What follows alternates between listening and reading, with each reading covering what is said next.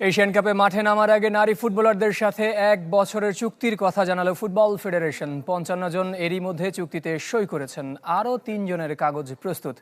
জাতীয় ও বয়স ভিত্তিকের পাশাপাশি বিদ্রোহী সাবিনা মনসুরারাও আছেন তালিকায়। বিস্তারিত জানাচ্ছেন ফয়জুল ইসলাম।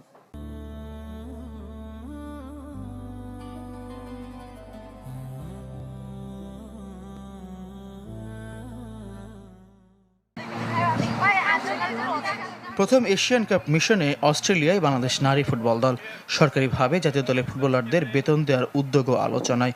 তবে এরই মধ্যে নারী ফুটবলারদের সাথে 1 বছরের চুক্তি করেছে ফুটবল ফেডারেশন।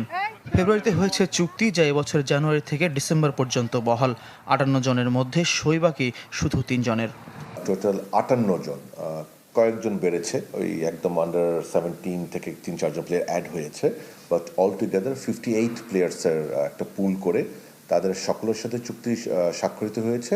খালি 3 জন ওনারা অস্ট্রেলিয়া থেকে এসে সাইন করবে। যদিও বা সাইনটা হয়েছে ফেব্রুয়ারিতে, ওদের অ্যাপ্লিকেবল হচ্ছে জানুয়ারি মাস থেকেই।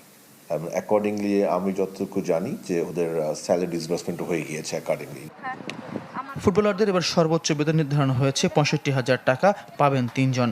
ঋতুপর্ণা আফিদারা যেমন আছেন বেতনের আওতায়, বিদ্রোহী হিসেবে পরিচিত সাবিনা, মাসুরা, সুমাইয়ারাও আরও 1 বছরের জন্য বাহুফের চুক্তির আওতায় এসেছেন। এবার সব ফুটবলারের চুক্তিতে ফুটবল এবং ফুটসাল 2 ইভেন্টের কথা উল্লেখ আছে।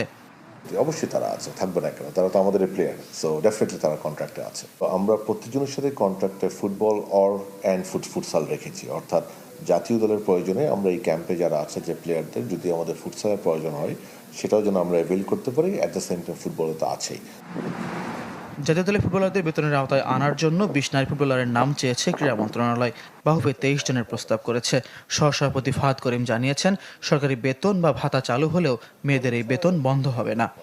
এই 23 জন প্লেয়ার কিন্তু যারা শুধুমাত্র ন্যাশনাল স্কোয়াডে থাকবে এবং এটা কিন্তু চেঞ্জ হবে। সো এটা এমন না যে সারা বছরের জন্য কিছু।